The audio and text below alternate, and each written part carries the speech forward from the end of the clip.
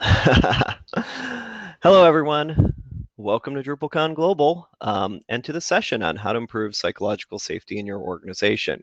I'm George Demet. I'm the founder and CEO of Palantir.net. We're a full-service digital consultancy that designs and develops solutions for healthcare, higher education, and public sector clients using Drupal and other open source technologies.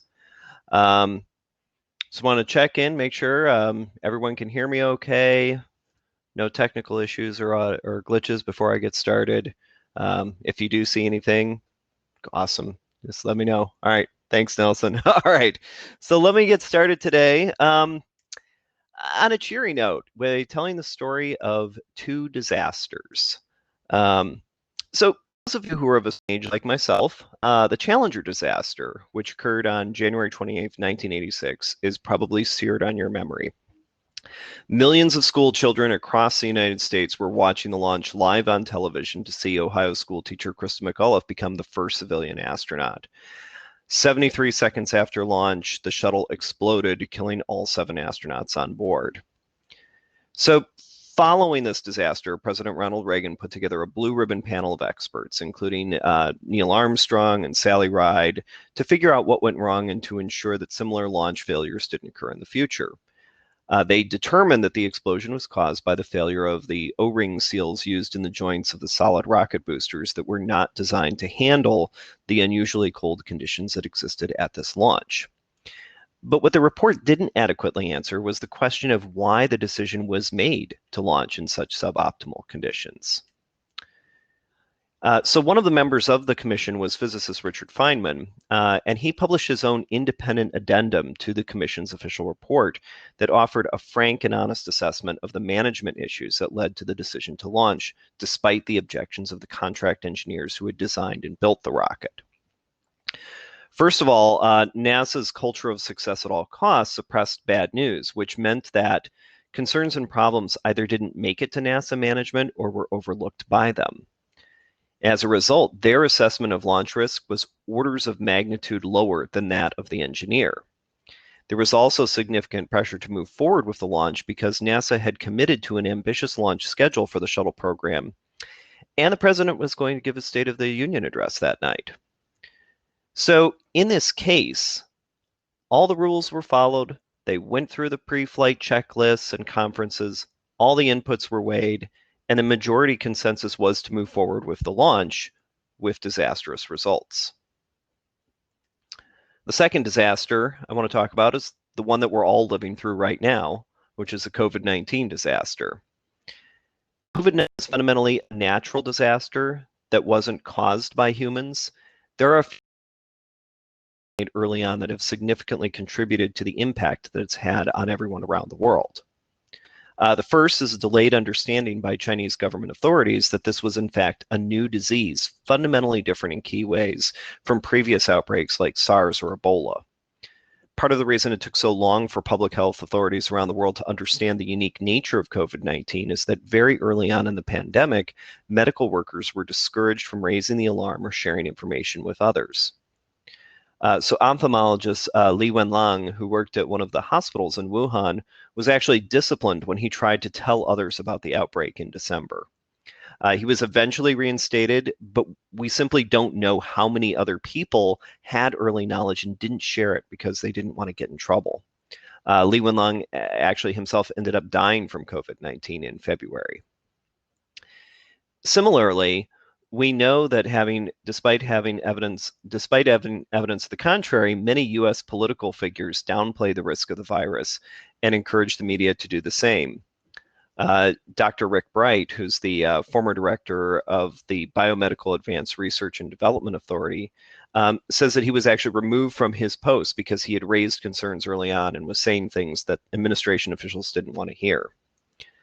And finally, we know that the CDC is actually making changes to public health guidance under pressure from top administration officials. They're revising their guidelines for school reopening after the president had tweeted that he didn't like them. So our nation's response to this public health emergency is all too often being driven by politics instead of science, which is why it's not surprising that we're continuing to see case numbers accelerating rapidly. So Eric, just want to check in, make sure that the broadcast quality was fine. I saw your comment there. I can tell the kids to stop playing video games upstairs if necessary. So to paraphrase software engineer and pilot Gregory Travis, these kinds of disasters occur not because people don't follow the rules, but because they do follow the rules without questioning their underlying assumptions, right? So if you see that others around you who speak up with questions or concerns are suffering professional consequences as a result, you're probably going to be more likely to keep your head down and avoid rocking the boat. And if this mindset is endemic within the organization, it means that people in positions of authority are going to be acting with inaccurate or incomplete information when they make decisions, potentially resulting in terrible consequences. So how does that kind of mindset take root within an organization? One answer comes from management consultant Patrick Lencioni, who's defined what he calls the 5 dysfunctions of a team. So starting from the bottom, the first is the absence of trust, which occurs when team members are reluctant to be vulnerable with each other and are unwilling to admit their mistakes, weaknesses, or needs for help, right? So without a certain comfort level among team members, a foundation of trust is impossible. And teams that are lacking in trust are incapable of engaging in unfiltered, passionate debate about key issues, causing situations where team conflict can easily turn into veiled discussions and back-channel comments. In a work setting where team members don't openly air their opinions, inferior decisions are often the result. So without conflict, it's difficult for team members to commit to decisions, creating an environment where ambiguity prevails. Lack of direction and commitment can make employees disgruntled. And when teams don't commit to a clear course of action, even the most focused and driven individuals hesitate to call out their peers on actions and behaviors that may seem counterproductive to the overall good of the team. So team members naturally tend to put their own needs, ego, career development, recognition, etc., ahead of the collective goals of the team when individuals aren't held accountable. So if team has lost sight of the need for achievement, the business ultimately suffers. So we know that this concept of trust among team members is foundational to team success. It's also known as psychological safety, which Dr. Amy Edmondson defines as a belief that one will not be punished or humiliated for speaking up with ideas, questions, concerns, or mistakes. It describes a team climate characterized by interpersonal trust and mutual respect in which people are comfortable being themselves. Now, Dr. Edmondson didn't invent the concept of psychological safety, but she spent much of her career studying it in a wide variety of industries and organizations, and her work has been highly influential on others. Her research helped inform a major initiative at Google a few years back to identify the characteristics of high-performing teams and to encourage those characteristics in others.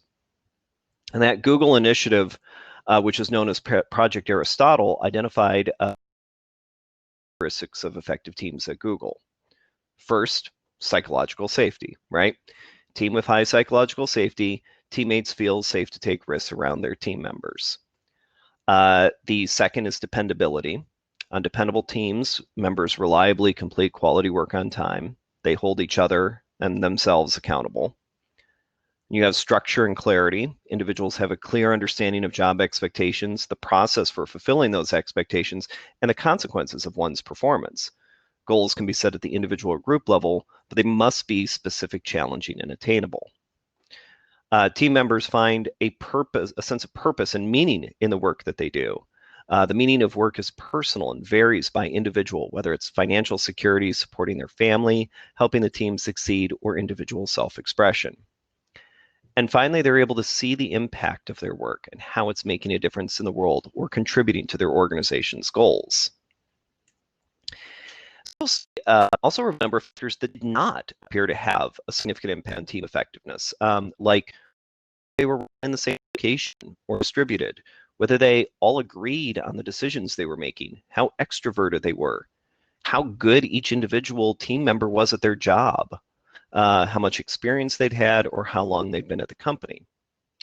Now, what's interesting is that while at Google, the team size didn't appear to make a difference, they acknowledge that there's a large body of research that finds that smaller teams of less than 10 are not only the most effective, but they also very often have the best work-life balance.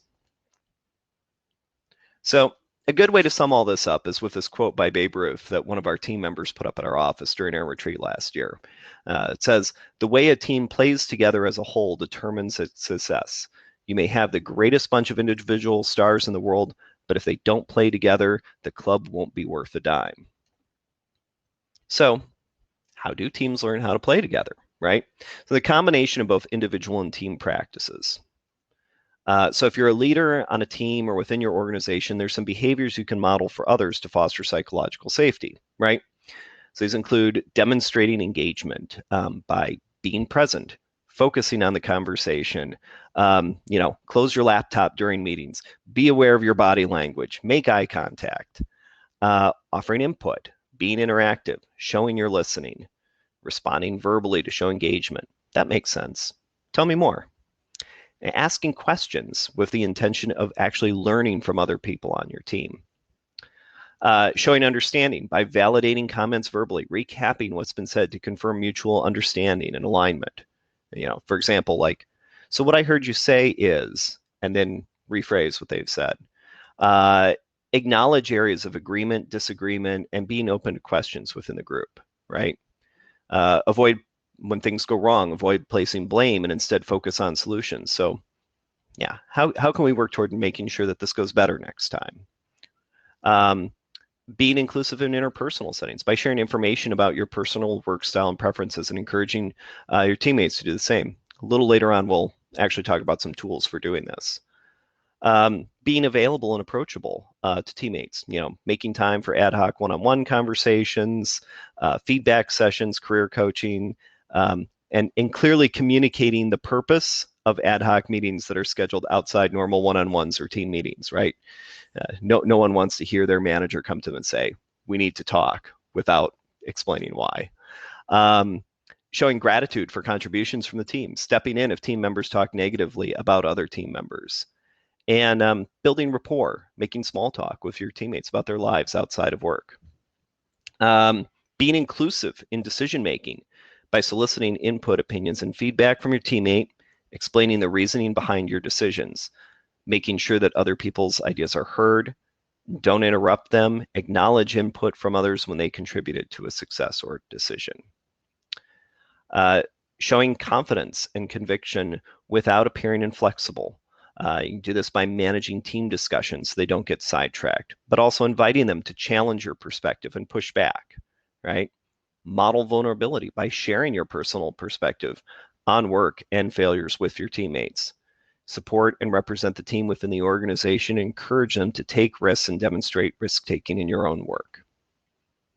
All right, so if all that seems like a lot to remember, fortunately, there are some tools and frameworks that can help. So one of the tools that we use at Palantir to support psychological safety is the core protocols, which framework of patterns and practices that are to help teams develop a shared vision and understanding so they can quickly and effectively make decisions. So in addition to promoting emotional awareness, empathy, and presence, the core protocols also establish easily agreed upon ground rules and commitments that support positive results-oriented behavior. So last year we worked with author, teacher, and coach Richard Kasparowski, who provided remote workshops for 2 cohorts of our team members to help us learn how to better understand and utilize the core protocols. And because Richard used so many of the same remote collaboration tools that we use with our clients every day, Zoom, Slack, Trello, etc., our team was really able to see how these practices can work in a remote context. Some of them, like there's the check-in protocol, which asks people to take turns sharing their emotional state at the beginning of a meeting. Felt a little awkward and uncomfortable at first, right? But with continued practice, they soon became a natural and integrated part of our daily team interactions. So we now have a set of tools that enable us to make decisions more quickly, ask for help when needed, and just generally be more aware of ourselves and each other. So many of us found that using the core protocols helped us to better understand and appreciate each other, which in turn led to improved communication and team morale. Another tool that's key to the success of self-organizing teams is a team charter. Simply put, this is a living document that defines team objectives, operating principles, and working arrangements. It's put together by all of the members of the team at the beginning of the project and revisited periodically as the project evolves or the composition of the team changes. In addition to defining who the team is and what they're setting out to do, how they intend to approach it, the charter also defines expectations for how the team will hold itself accountable and how they will resolve conflicts if they arise. And one of the components of the team charter are personal user manuals, which are tools designed to help team members document and share their individual preferences for how they like to collaborate and communicate. So this would include things like what times of the day you tend to get the most work done, how you like to organize your work, personal preferences regarding deadlines, how much structure you prefer, and what you're hoping to learn by working with this team. And another concept that we've also introduced at Palantir is that of the and-on cord, which comes from the Toyota production system. So at every station on a Toyota assembly line, there's like actually a cord that the worker is expected to pull if they see a problem. The cord rings a chime, lights up a board to allow managers to see where the problem is and fix it as close to the source as possible. They try to fix the problems in real time if possible, but they have no problem with stopping the line if needed. And this system is in marked contrast to the way that American automakers ran their production lines in the 1970s, where the line was only stopped in extreme circumstances and problems weren't fixed until the very end. And this actually took a lot more time and resulted in much lower quality outcomes. So this was the era of the Chevy Corvair and the Ford Pinto and these other vehicles that were just, legendary for having poor quality. So in order for the Toyota system to work, however, they had to foster a culture of psychological safety where it was made clear that asking questions and pointing out defects were positive, not negative things. And it's extended all the way to the design of the and-on cord system itself. So in American factories, when there was a problem, they had to stop the line, they'd play this like loud, terrible sounding klaxon horn. On the Toyota lines, when you pull the and-on cord, it plays a pleasant musical chime. So I think in the American factories, it's like London Bridge is falling down, but they tailor which song it is based on which region where their factories are.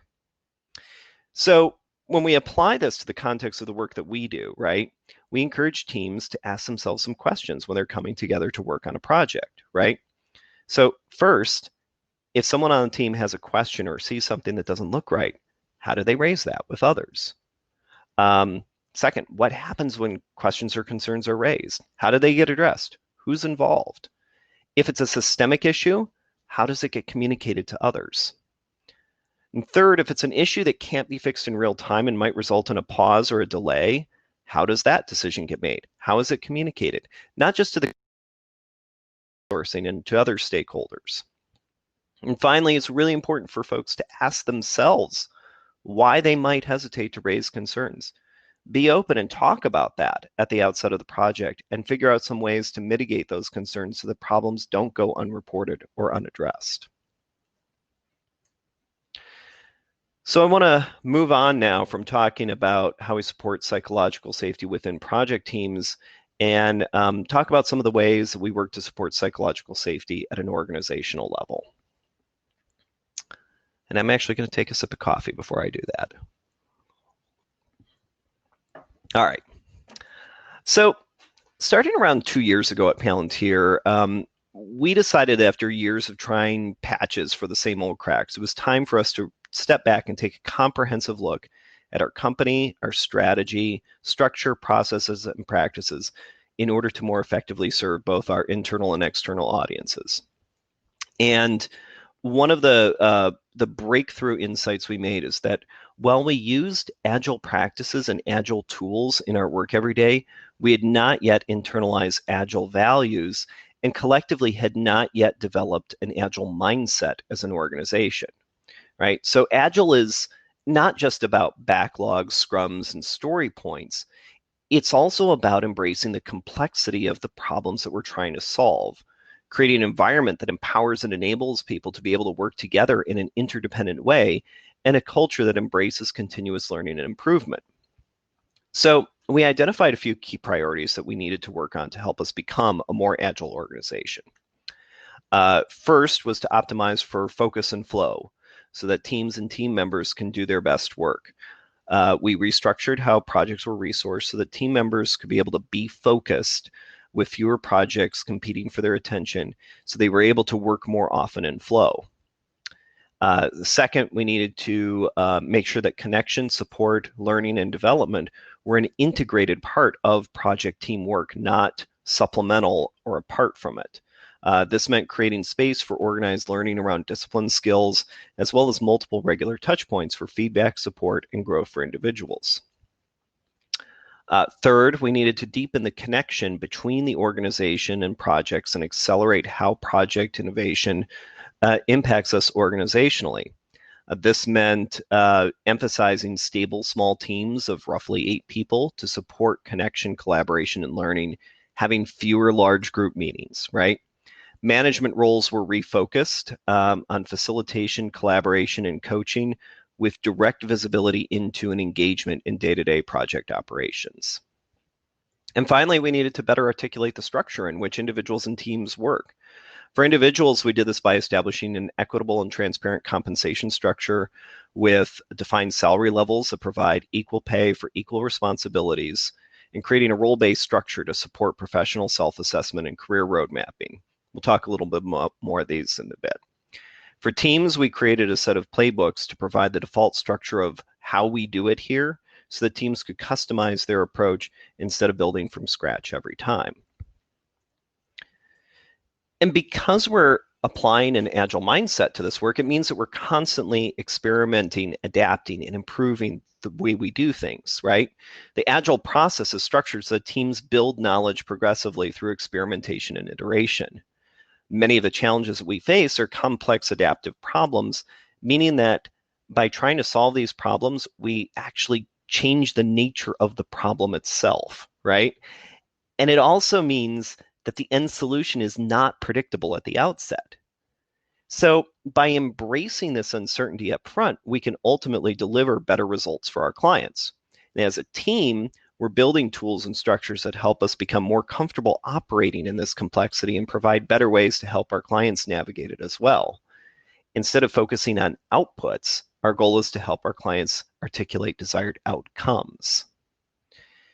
So we know from both nature and the research on effective businesses that the most successful organizations are the ones who know how to adapt and innovate quickly to an evolving understanding of complex situations, working as interconnected, collaborating teams of people focused on a shared goal. So one of the structures we've been iterating on over the last year and a half or so is that of the Professional and Organizational Development Team, or POD. The idea here is that every team member has a dedicated team who provides facilitation, collaboration, and coaching on performance growth and development goals. It includes both a representative of your chapter or discipline, as well as a company team member. And both of these folks look at your performance, growth, and development through multiple lenses. Pods meet both as a group and in one-on-one settings. And we found that this team approach actually helps promote more open, honest, and meaningful discussions because team members know that their career path at the company isn't dependent on any single individual or any single manager. So in order to provide team members with structure and clarity on how to grow their career, we've also spent that time developing a role-based framework to support professional self-assessment and career development. So at Palantir, we have defined salary levels that provide equal pay for equal responsibilities. The RBS articulates the skills and expectations for each level so that individuals and pods can then orient learning and growth conversations around a standard for promotions and opportunities. The examples in the RBS aren't prescriptive, but are provided to help give a sense of what types of behavior, skills, and responsibilities we would expect from someone at a given level. Fundamentally, the structure is based on the premise that the company benefits substantially from the increased development of all team members, right? So there's no target for the number of people at any given level, and level increases happen when the expectations for the next level have been met. Every position is a growth position. Okay, So you're an adaptive, agile organization full of self-organizing teams. Who makes the decisions, right? And one model that's worked really well for us is a model we like to call the decision tree. Though this decision tree is very different from the kind of decision tree algorithm that you might be familiar with. Basically, we divide up the kinds of decisions that can be made into categories based on impact within the organization and risk, right? So a leaf decision is one that has no risk to the business, no impact to anyone other than yourself, right? So you can make this decision on your own, right? Example would be, I'm going to use some of my like discretionary money to buy a new headset, right? And then we have branch decisions. Branch decisions are ones that you still make yourself, but you consider the impact on others and give them visibility into the decision and what the expected outcomes are, right? So you may need to tweak as needed. An example of this would be like, hey, I'd like to take some of my professional development time to attend DrupalCon, which means I might only be working half time on my projects this week, right? So that has an impact on others, and that's going to be something you need to consult and communicate with others about. And then you have a trunk decision, and the consequences on a trunk decision are bigger or more likely, right? And this is something that's going to require consultation with experts and those impacted. An example here would be like, we'd like to purchase a site license for new software to host our project documentation, right? And so when everyone, shares equally in the outcome on a team, right? If this is a team level decision, they can make that decision themselves through a consent process, right? Which could be the decider protocol or whatever the team agrees on, right? Then you have root decisions. And these are ones where kind of literally the fate of the business is at stake, right? This decision is made at the C-suite level and requires input from all relevant perspectives on, in terms of impact and expertise, right? Example here would be, we'd like to change our hourly billing rates. So for those decisions that have greater organizational ramifications or asymmetrical ownership, an advice process, right, where you seek out the various perspectives, put together a proposal, and talk to those with experience and with those impacted is much more appropriate to use. All right. So when it comes to promoting psychological safety, the structure of the organization is also vitally important. So a few years back, Frederick Laloux published this book called Reinventing Organizations, in which he defined several stages of organizational development, really kind of designed to mirror different stages of human development. And so organizations that are further along in this scale demonstrate better results and increased team engagement, as well as higher levels of trust and consciousness of their work and the impact it has on the world around them. At the bottom, so the lower left of your screen there, he defined organizations that are characterized by power, structure, and hierarchy, right? So he's got red organizations, which rely solely on power and authority, right? Do this or be punished, right? Great example of this is organized crime syndicates. They're all about power and authority.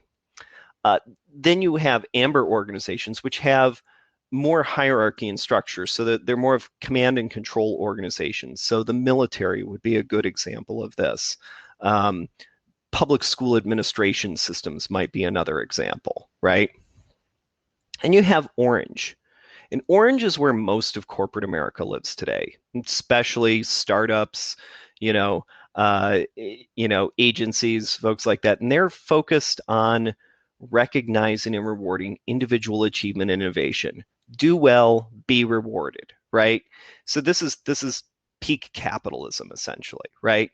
And the problem is that while you can do a lot within this model, it's exhausting and it leads to burnout. And it means that the teams don't stick together long enough to really do things that are truly innovative. So then we have green organizations. Green organizations are ones that still have hierarchy, but they're focused on people and they're driven by a broader purpose and value, right? So these are the places where everyone is treated like family, right? For better or worse, right? And there's many great organizations that live here. Southwest Airlines is a good example. Ben and Jerry's is another example. Most nonprofit organizations are here. Uh, but to garner consensus within the context of a hierarchy often means that these kinds of organizations have difficulty figuring out how to make decisions. So, and you have way up in the corner, right, the teal organizations. And Lelou defines these as purpose-driven organizations that consist of self-organized, interconnected teams. So if in these organizations there's little or no hierarchy, people are encouraged to bring their whole selves to their work and to collaborate with each other to find ways to solve complex problems without being told what to do. The dominant paradigm is sense and respond, right? Think like Patagonia or the makers of Gore-Tex, right? And teal requires being open to new ways of looking at things. In this model, the organization functions more like a living organism where the different parts all work together to support the whole. So the overall trend here is from models that rely on dependence to ones that rely on independence to ones that rely on interdependence, right? The reality is that hierarchies aren't well equipped to solve complex problems because they're always pushing things to make things simpler and more predictable, right? Organizations that are able to embrace uncertainty and unpredictability are stronger and more stable and have better results and higher employee satisfaction than more traditional companies in their sectors. So I say that's a good question in the chat. Is the Drupal community close to a teal team? You know, I would say that the Drupal community is like the reality of most organizations, that it's a combination of different color organizations, right? We are this very broad distributed community, and there are parts of Drupal that I think do function in a very teal way. I mean, it's open source naturally encourages this. There are parts, I think, that function also in a very green way, and parts that function in an orange way.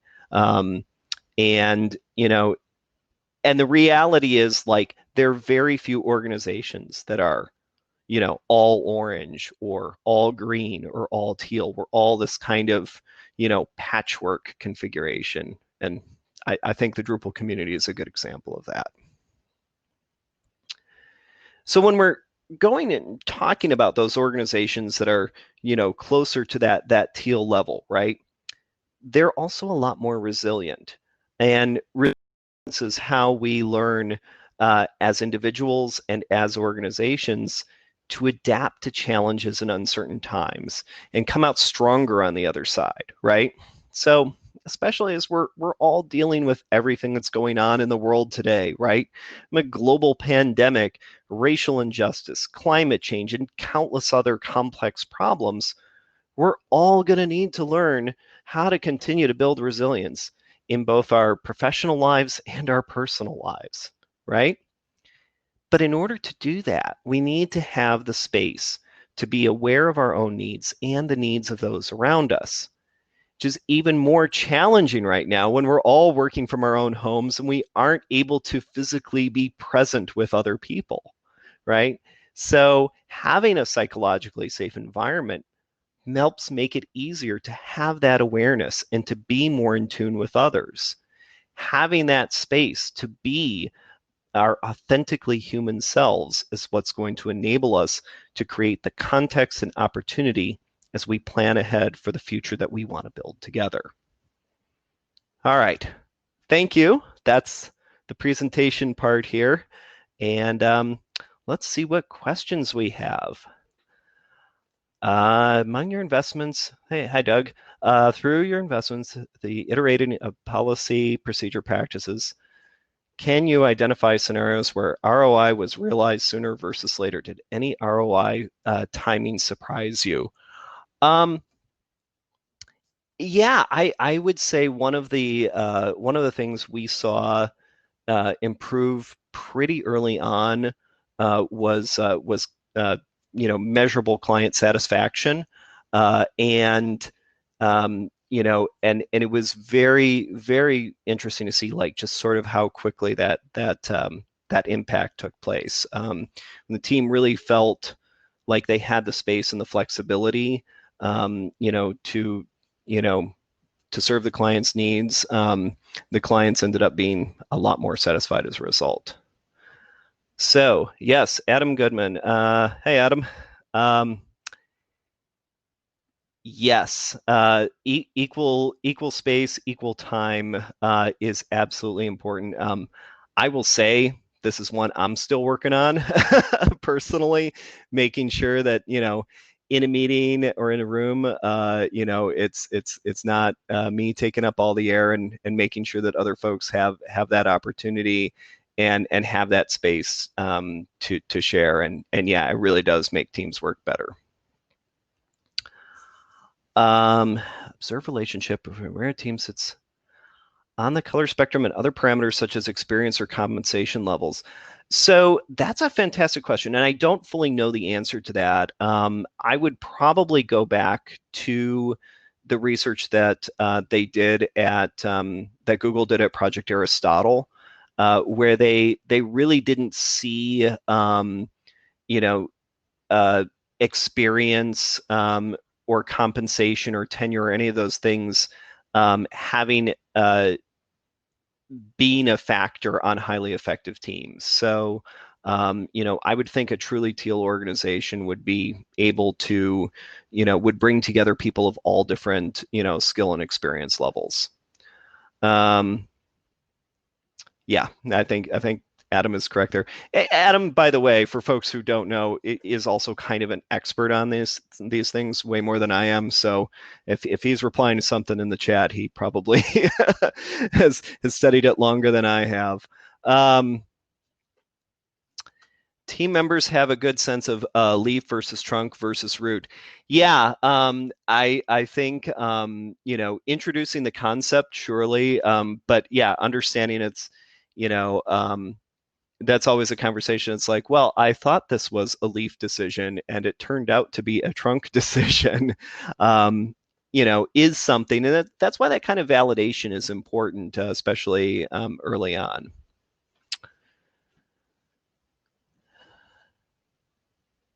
All right. Whoa, lots of questions here. I'm going to try and go through the back scroll here.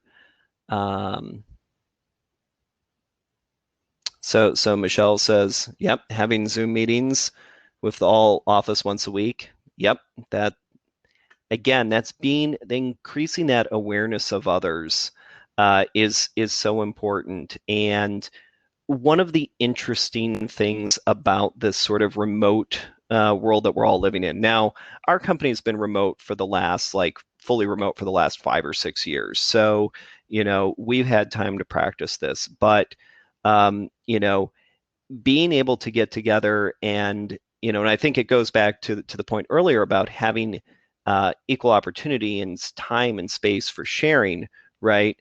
And you don't always necessarily get that in a physical office environment. The Zoom or Google Hangout culture where everyone is there, almost kind of pushes the issue a little bit more, right? So it makes it more likely, I think, that folks will have that space because it's harder to kind of hide in the corner.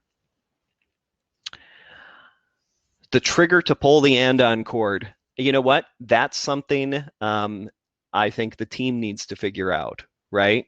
And yeah, I mean, I would think if your project team is getting together, that is a conversation they're going to want to have. It's like, hey, at what point, is this user story taking longer than anticipated where I might need to let someone else know about it?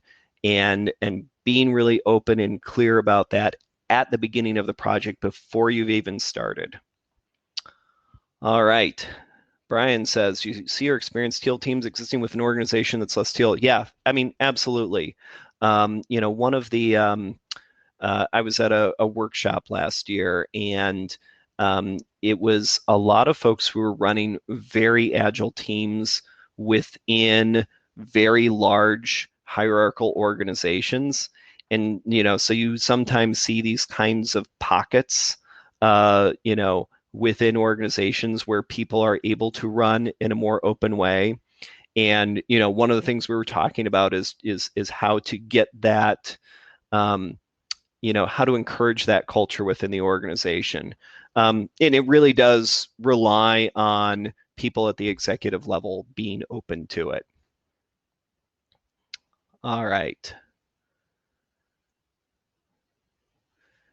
In terms of dedicated, Amy asks, in terms of dedicated time for professional development, how do teams balance this against deliverables?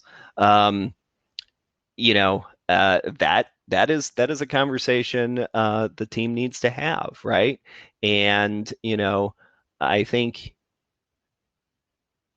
if the team understands and agrees on what they're trying to achieve, what the outcomes are that they're looking for, if there is ideal in an ideal world, if there is professional development that helps the team achieve its goals, then yeah, you want to work that in, right? Bring something back. But one of the things we've really tried to emphasize is that professional development is not a thing that's apart from the work you do. It is a natural part of the work that you do, right?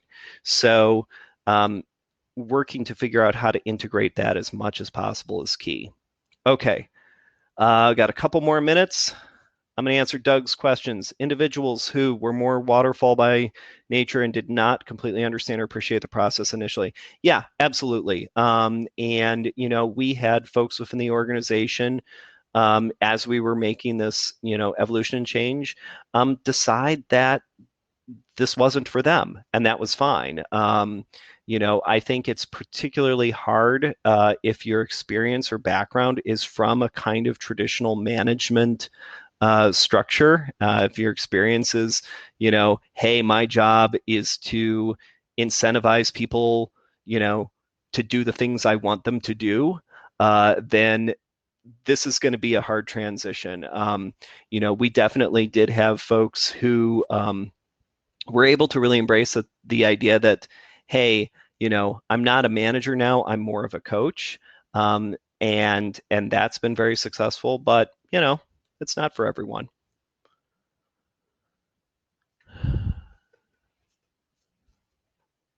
Let me see, whatever. All right, whatever questions I have time for here. All right, so yes, I want to make sure that folks see Adam's link there to resource for remote teams. And then just very briefly touch on a couple of questions about diversity, unconscious bias. One of the things we're really trying to do is create a structure that mitigates as much of that bias as possible, right? So when we talk about things like the pod structure and the RBS, it's really designed to make sure that conversations about whether it's hiring or promotion or anything like that, those are being those are happening in a way where there is a fully understood and transparent structure. It is designed to be fair and equitable, and people do understand, um, what it is that will, help them, succeed within the organization. And so I think that will help. The idea is that will help mitigate some of those biases. So, all right. So I'm not sure how much time we have left. Yeah, the remote structure,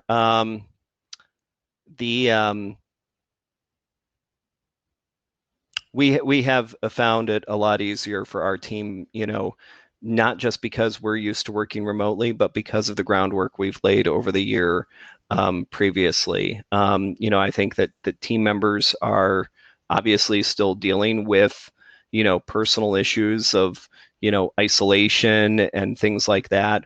We did bring in a mindfulness consultant to help out, so we do both one-on-ones and group sessions there. But yeah, that's a thing we're all struggling with in one way or another. But being able to develop that culture of psychological safety, having that space has, I think, helped us, handle this transition a lot better. All right.